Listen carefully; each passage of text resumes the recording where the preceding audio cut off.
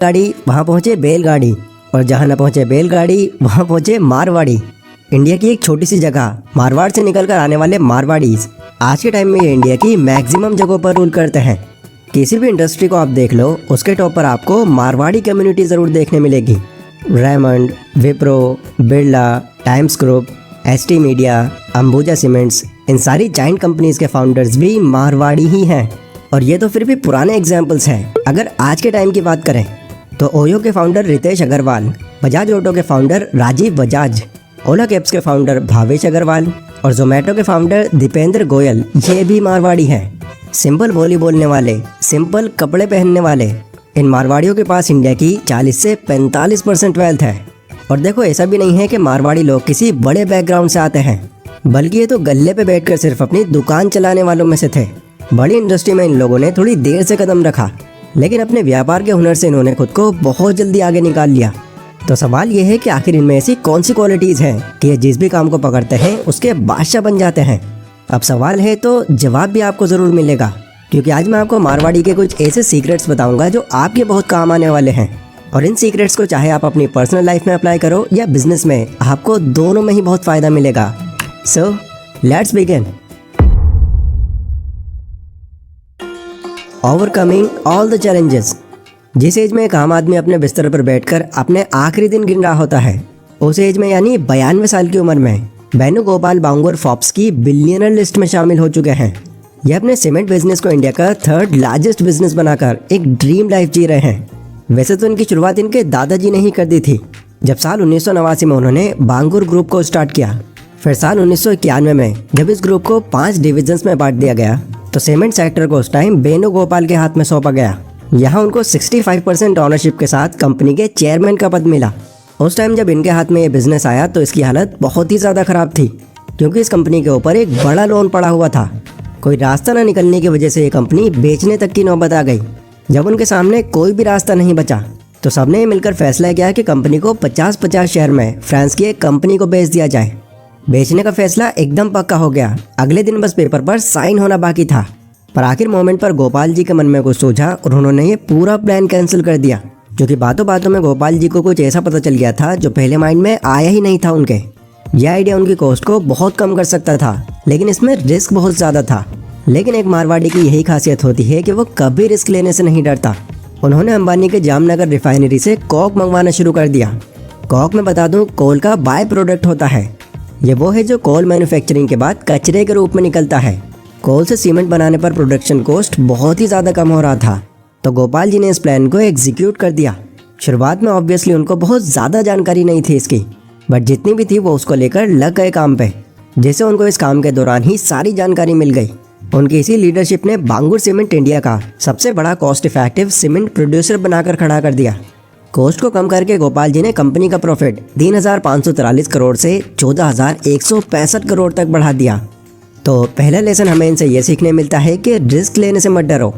मुसीबत भी एक अलग तरह का मौका ही होता है। मारवाड़ी लोग प्रॉब्लम से डरते नहीं हैं, फिर चाहे वो कितनी भी सीरियस हो, वो आखिरी मोमेंट पर भी सही मौके की तलाश में रहते हैं। देयर स्पेशल बनिया बुद्धि। आपने मारवाड़ियों को अक्सर ये कहते ज़रूर सुना होगा, भाइयों ज़्यादा बनिया बुद्धि ना लगाओ, क्योंकि मारवाड़ी ही हर जगह पर अपनी बनिया बुद्धि लगाते हैं। लेकिन ये बनिया बुद्धि होती क्या है? इसका मतलब होता है पैसे बचाना। फिर चाहे वो कोई सामान खरीद रहे हों या किसी से सर्विस ले रहे हों, हमेशा उनकी यही कोशिश रहती है कि बस नुकसान ना हो जाए थोड़ा सा भी। इसीलिए तो पैसों के मामले में वो किसी पर भरोसा नहीं करते। पूरी दुकान में भले ही वो कितने भी आदमी रख लें, पर गल्ले पे खुद ही बैठते हैं।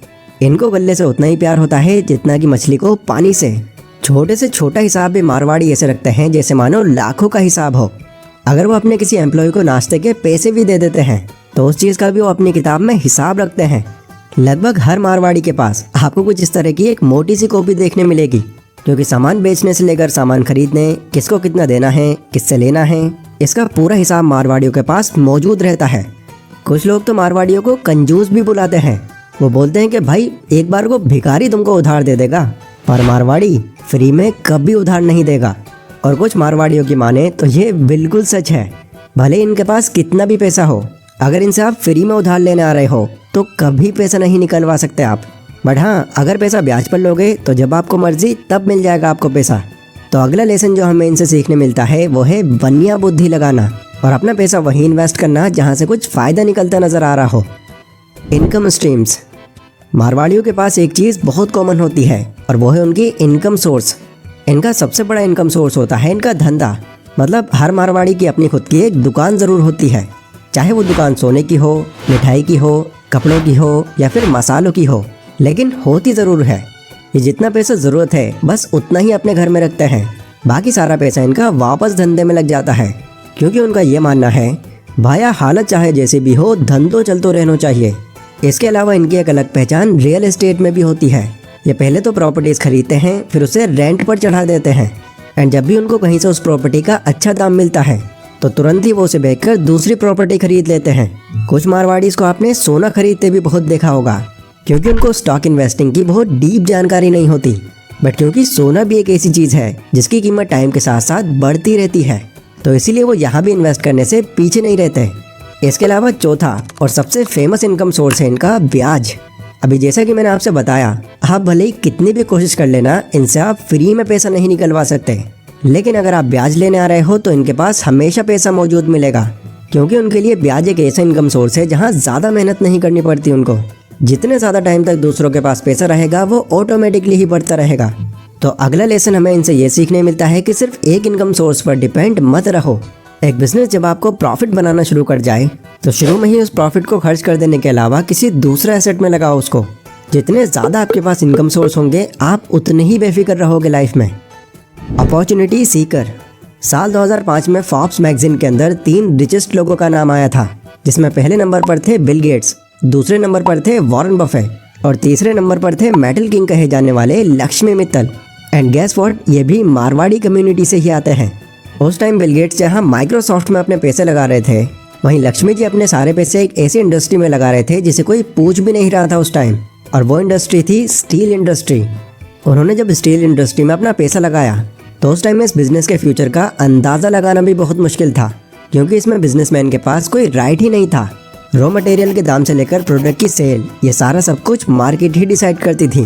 तो ऐसे में प्रॉफिट निकालना तो दूर की बात है, ये बिजनेस सर्वाइव कैसे करेगा, उनके लिए तो उस टाइम यही सबसे बड़ा चैलेंज था। अब अगेन वो ठहरे मारवाड़ी, तो वो इस मार्केट की चेन से ही बाहर हो गए। मतलब उन्होंने अब डोमेस्टिक छोड़कर इंटरनेशनल लेवल पर बिजनेस शुरू कर दिया। एंड क्योंकि इंटरनेशनल लेवल पर उनके पास ना के बराबर कॉम्पिटिटर्स थे, तो उनके पास कंपनी को जल्दी ग्रो करने का एक बढ़िया मौका था। इससे प्राइस, जो डोमेस्टिक में उनकी पहले रास्ते की हड्डी बनी हुई थी, वही उनकी पावर बन गई। तो अगला लेसन हमें इनसे ये सीखने मिलता है कि कभी भी भीड़ का हिस्सा मत बनो। भीड़ का हिस्सा अगर आप बनोगे तो आप ज़्यादा पैसे नहीं कमा पाओगे। एक बिजनेस को कामयाब बनाने के कई रास्ते होते हैं, बस भीड़ में हम इसलिए होते हैं क्योंकि हम बाकियों को फॉलो कर रहे होते हैं। बिजनेस के मामले में मारवाड़ी लोग इसीलिए हमसे आगे होते हैं क्योंकि वो भीड़ से हटकर सोच पाते हैं। Innovative strategy. एक टाइम था जब स्नैक्स मार्केट में कैप्सिको के ब्रांड लेज और कुरकुरे राज करते थे, बट हल्दीराम के आने के बाद इनकी ये मार्केट आधी हो गई। अब आप शायद सोचो कि भाई कोई बड़ा बिजनेसमैन होगा इसके पीछे, लेकिन ऐसा नहीं था। इस लेजेंडरी कंपनी की शुरुआत 11 साल के एक मारवाड़ी बच्चे ने की थी। वो कैसे? चलो टाइम में थोड़ा पीछे जाते हैं। साल था 1919। राजस्थान के बीकानेर में शिव किशन अग्रवाल जी की फैमिली भुजिया बेचा करती थी। उस टाइम उनकी एज 11 साल की थी, और जैसा मारवाड़ियों में होता है, उन्हें इसी एज में बोल दिया गया था कि तुमको अब ये फैमिली बिजनेस संभालना है, जिससे फिर वो भी डेली दुकान पर जाने लगे। उन्होंने यहाँ पर ये नोटिस किया कि मार्केट में यहाँ पर हर कोई एक जैसी भुजिया बेच रहा है, और देखा जाए तो सबका प्राइस भी सेम है। अगर इस तरह वो भी चलते रहे तो वो तो हमेशा इसी दुकान पर बैठे रह जाएंगे। इसी से उनके माइंड में एक बात आई। उन्होंने सोचा कि अगर वो अलग बेहतर क्वालिटी की भुजिया बनाए तो हो सकता है उनकी बाकियों से अच्छी चल जाए। फिर अगले दिन से ही वो लग गए इस काम पर। उन्होंने अलग अलग इंग्रेडिएंट्स के साथ एक्सपेरिमेंट करना शुरू कर दिया, और इस दौरान उनको जो खर्च करने के लिए पैसे मिलते थे उन्होंने वो सब भी उसमें लगा दिए। देन इतने सारे एक्सपेरिमेंट्स के बाद उन्होंने एक ऐसी भुजिया बना दी जो ज़्यादा क्रिस्पी, टेस्टी और चटकदार थी। उनकी ये भुजिया इतनी टेस्टी थी कि वो तो अब दुकान पर लाते ही हाथों हाथ बिक जाती। इतनी जल्दी सफलता देखकर उन्होंने तभी ये 3 स्ट्रैटेजीज फॉलो की। पहले तो उन्होंने अपनी भुजिया बनाने का स्टाइल चेंज कर दिया। उस टाइम जहाँ पर सारे लोग भुजिया बनाने के लिए बेसन का यूज़ करते थे, वहीं पर उन्होंने मोठ का यूज़ किया।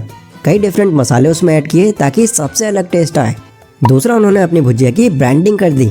उन्होंने वहाँ के महाराजा डोंगर के नाम से अपनी भुजिया का नाम भी डोंगर सेव रखा, ताकि लोग उसको सिर्फ भुजिया नहीं एक अलग नाम से खरीदने आए।